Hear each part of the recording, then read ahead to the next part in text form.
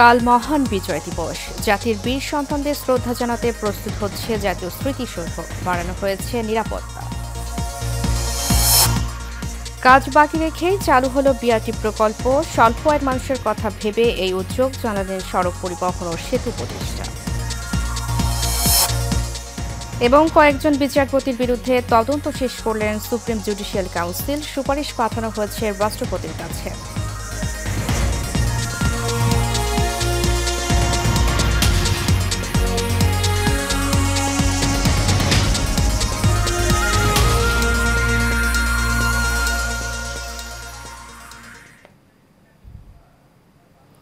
স্বাগত এশিয়ান নিউজে, সাথে আছি আমি উর্মি আক্তার। এতক্ষণ শুনছিলেন বিআরবি কেবল ইন্ডাস্ট্রিজ লিমিটেড সংবাদ শিরোনাম। এবারে চলে যাব পুরো খবরে। প্রথমে থাকছে মহান বিজয় দিবসের খবর। 16 ডিসেম্বর 54তম মহান বিজয় দিবস উদযাপন উপলক্ষে রংতুলির আচর আর সৌন্দর্য বর্ধনের কর্মযজ্ঞে প্রস্তুত হয়েছে সাভার জাতীয় স্মৃতিসৌধ। এদিন মহামান্য রাষ্ট্রপতি, প্রধান উপদেষ্টা ও উপদেষ্টা মণ্ডলীর সদস্য, বিভিন্ন দেশের প্রতিনিধি সহ বিভিন্ন রাজনৈতিক দলের নেতাকর্মী ও লাখো মানুষ বীর শহীদদের প্রতি শ্রদ্ধা জানাতে জাতীয় স্মৃতিসৌধে আসবেন। সাভার থেকে শাকিল শেখের ছবিতে জহিরুল ইসলাম খান লিটনের রিপোর্টে বিস্তারিত জানাচ্ছেন সঞ্জিদা হক।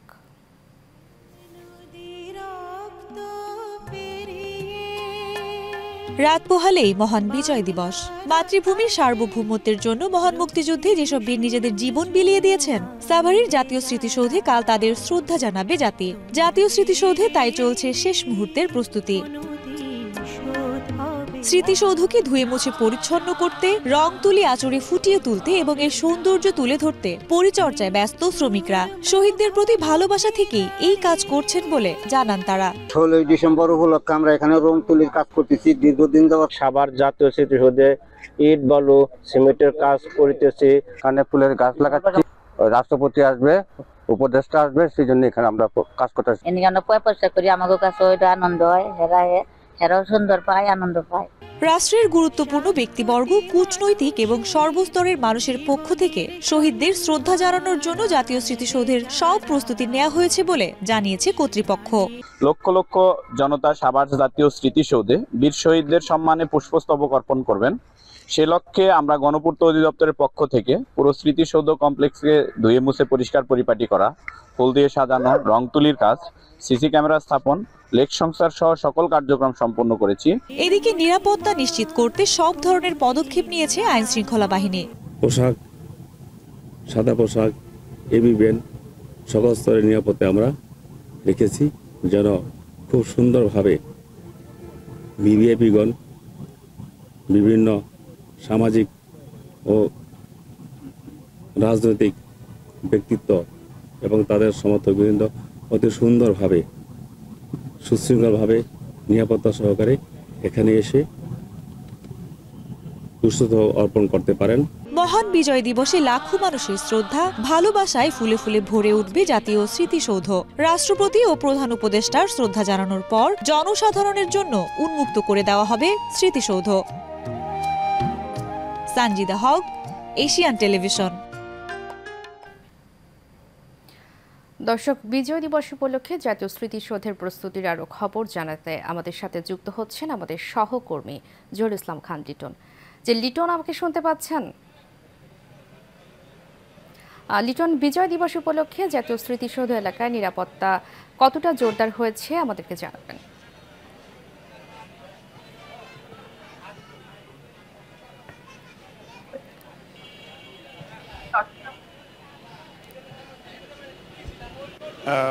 উর্মি, আপনি জানেন যে আগামী দিন 16 ডিসেম্বর তথা মহান বিজয় দিবস। এই বিজয় দিবসকে কেন্দ্র করে কিন্তু সাভারের জাতীয় যে স্মৃতিসৌধ রয়েছে সেই স্মৃতিসৌধ কিন্তু সম্পূর্ণরূপে ধুয়ে মুছে পরিষ্কার করা হয়েছে এবং আগামী দিন প্রথম প্রভাতে মহামান্য রাষ্ট্রপতি এবং প্রধান উপদেষ্টা ফুল দিয়ে এই জন্যে এখানে সম্পূর্ণরূপে প্রস্তুত রয়েছে সাভারের জাতীয় স্মৃতি। জানেন যে আজকে গত 7 তারিখ থেকে কিন্তু জাতীয় স্মৃতিসৌধ কিন্তু সর্বসাধারণের জন্য কিন্তু বন্ধ রয়েছে। এই মুহূর্তে আমি রয়েছি স্মৃতিসৌধের একদম যে ফটো আপনি জানেন, দেখছেন যে প্রশাসনিক কিছু কর্মকর্তাদের দেখা যাচ্ছে যে তারা কোনো রকম সর্বসাধারণের প্রবেশ নিষেধ। আগামী দিন প্রথম প্রবাদে মহামান্য রাষ্ট্রপতি ও প্রধান উপদেষ্টা ফুল দেওয়ার পরেই কিন্তু সর্বসাধারণের জন্য উন্মুক্ত করে দেওয়া হবে সাভারের জাতীয় স্মৃতিসৌধ, এবং এই স্মৃতিসৌধে উন্মুক্ত করে দেওয়ার পরে লাখো মানুষের সমাগম ঘটবে, এই পদচারণায় মুখরিত হবে এই স্মৃতিসৌধ। সেই ক্ষেত্রে কিন্তু আইন শৃঙ্খলা অবনতি হওয়ার সম্ভাবনা অনেক ক্ষেত্রেই থাকে, সেই জন্যে কিন্তু প্রশাসনিক নজরদারির কথা বলছেন। প্রশাসনিক নজরদারি রয়েছে, 5 স্তরের নিরাপত্তা বেষ্টনী করা হয়েছে এবং নিরাপত্তার চাদর শুধু যে স্মৃতিসৌধটি রয়েছে এর এমনটি নয়, এর আশেপাশে এলাকাটিও নিরাপত্তার আওতায় আনা হয়েছে। প্রশাসনের পাশাপাশি থাকবেন পোশাকধারী প্রশাসন এবং 3500 আইন শৃঙ্খলা রক্ষাকারী বাহিনী নিয়োজিত থাকবেন। শুধু যে আইন শৃঙ্খলা রক্ষাকারী বাহিনী থাকবে এখানে রয়েছে, ওয়াচ টাওয়ার নির্মাণ করা হয়েছে, রয়েছে সিসিটিভি ক্যামেরা এখানে নির্মাণ করা হয়, সিসিটিভির মাধ্যমেও এখানে মনিটরিং করা হবে, মানুষের উপরে রাখা হবে যাতে কোনো বিশৃঙ্খলা না ঘটে। এবং এখানে উদ্যোগ তারা রেখেছেন যে এখানে একটি উন্মুক্ত মঞ্চেও কিন্তু মানুষের এই বিজয় দিবস সেই উৎসবকে শরীক হতে ফুল দিয়ে নিবেদন করবেন সকল ধর্মবর্ণের এখানে ফুল দিয়ে শ্রদ্ধা নিবেদন করবেন। এতে কোনো রকম শৃঙ্খলা না হওয়া এখানকার প্রশাসন বলতে চাচ্ছি। আজকে এই 16ই ডিসেম্বরের এখানে এসে তাই আপনার স্মৃতিসৌধে আসছেন, কোথা থেকে আসছেন এবং এসে এখানে চান্দুরা থেকে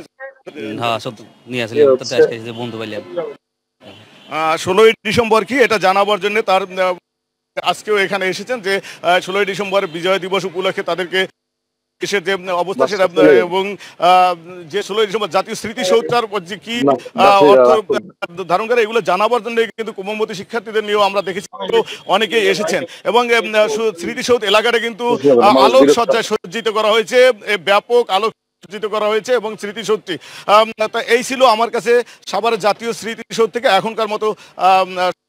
উর্মি, আপনাকে ধন্যবাদ, আপনি সেখানে থাকুন। পরবর্তীতে আমরা আবারও আপনার সাথে যোগাযোগের চেষ্টা করব। দর্শক, বিজয় দিবস উপলক্ষে জাতীয় স্মৃতিসৌধের প্রস্তুতির খবর নিয়ে আমাদের সাথে যুক্ত ছিলেন আমাদের সহকর্মী লিটন। চলে যাচ্ছি পরবর্তী প্রসঙ্গে। কাজ শুরুর এক যুগ পর বিআরটিসি 10টি শীতাতপ নিয়ন্ত্রিত বাস নিয়ে চালু হলো বাস র্যাপিড ট্রানজিট বিআরটি প্রকল্পের সেবা। সকালে শিববাড়ি বিমানবন্দর গুলিস্তান রুটে এই যাত্রী সেবার উদ্বোধন করেন সড়ক পরিবহন ও সেতু মন্ত্রণালয়ের উপদেষ্টা মোহাম্মদ ফৌজুল কবির খান। এখন এই বিআরটির লেন দিয়ে ছোট বাহন এবং বিআরটিসি বাস চলবে বলেও জানান তিনি। একই সাথে যোগাযোগ আরও সহজ করতে ঢাকা জয়দেবপুর রুটে চালু হলো 4 জোড়া নতুন কমিউটার ট্রেন। সকালে জয়দেবপুর স্টেশন থেকে সেগুলোরও আনুষ্ঠানিক উদ্বোধন করেন রেলপথ মন্ত্রণালয়ের উপদেষ্টা মোহাম্মদ ফৌজুল কবির খান।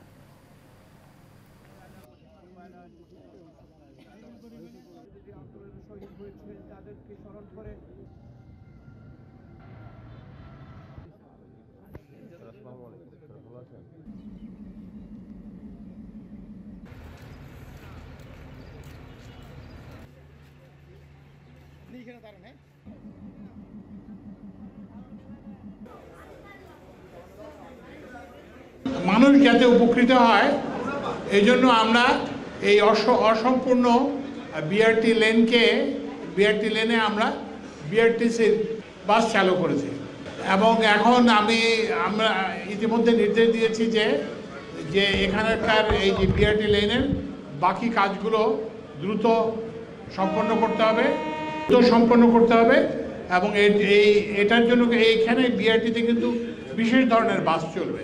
সেই বাসগুলোর সংগ্রহ প্রক্রিয়া দ্রুত করার জন্য আমরা উদ্যোগ নিয়েছি এবং আমরা আশা করছি যে আগামী জুনের মধ্যে এই বিআরটিটা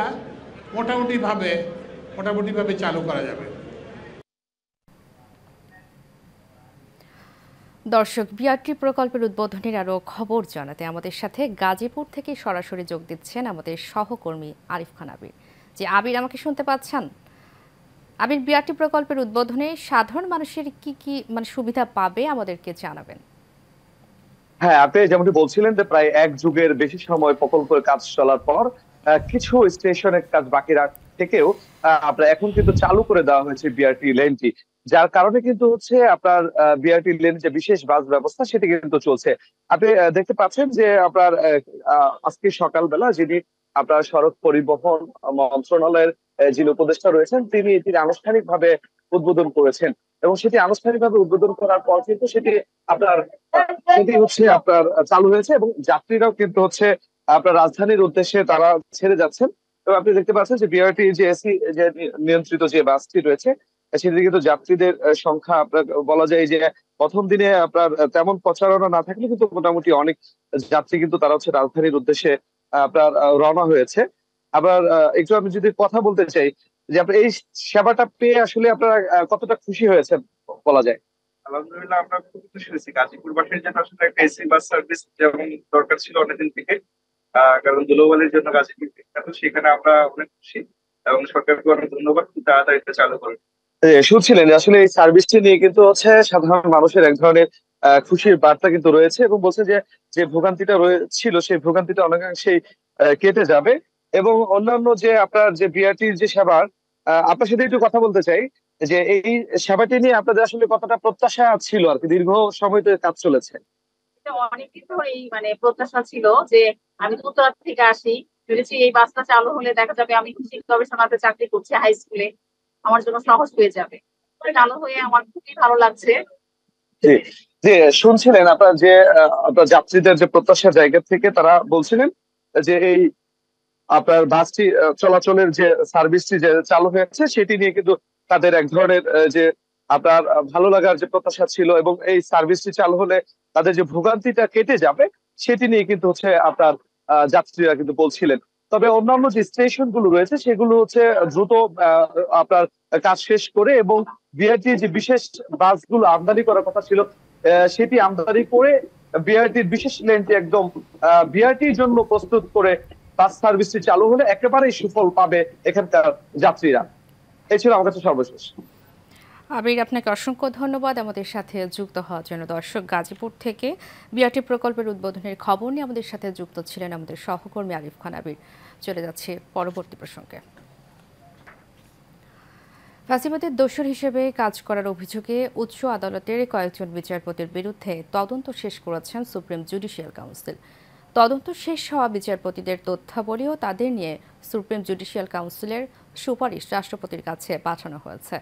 সকালে সুপ্রিম কোর্টের ওয়েবসাইটে এই তথ্য জানানো হয়। নিয়ম অনুযায়ী রাষ্ট্রপতি এখন সুপ্রিম জুডিশিয়াল কাউন্সিলের সুপারিশ বাস্তবায়ন করবেন। সুপ্রিম কোর্ট প্রাঙ্গণে গত 16 অক্টোবর বৈষম্য বিরোধী ছাত্রদের অবস্থান ও বিক্ষোভের সময় পতিত আওয়ামী লীগ সরকারের দোসর বিচারকদের পদত্যাগের দাবি তোলা হয়। ওই দিন হাইকোর্ট বিভাগের 12 বিচারককে বেঞ্চ না দেওয়ার সিদ্ধান্তের কথা জানায় সুপ্রিম কোর্ট প্রশাসন। এই বিচারকরা এখন বিচার কাজের বাইরে এবং ছুটিতে আছেন।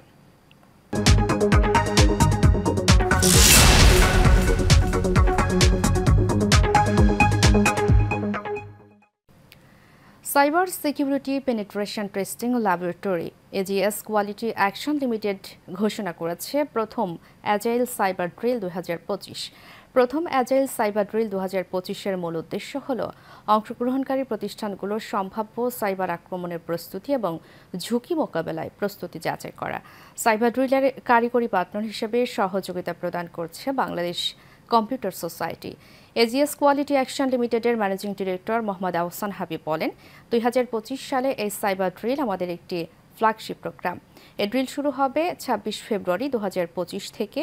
এতে বাংলাদেশের বিভিন্ন খাতের প্রায় 170টি প্রতিষ্ঠান অংশ নেবে।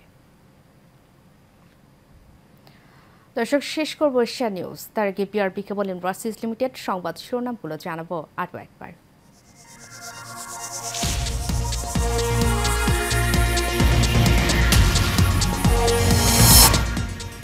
কাল মহান বিজয় দিবস। জাতির বীর সন্তানদের শ্রদ্ধা জানাতে প্রস্তুত হচ্ছে জাতীয় স্মৃতিসৌধ, বাড়ানো হয়েছে নিরাপত্তা। কাজ বাকি রেখে চালু হলো বিআরটি প্রকল্প। স্বল্প আয়ের মানুষের কথা ভেবে এই উদ্যোগ জানালেন সড়ক পরিবহন ও সেতু উপদেষ্টা। এবং কয়েকজন বিচারপতির বিরুদ্ধে তদন্ত শেষ করলেন সুপ্রিম জুডিশিয়াল কাউন্সিল। সুপারিশ পাঠানো হচ্ছে রাষ্ট্রপতির কাছে।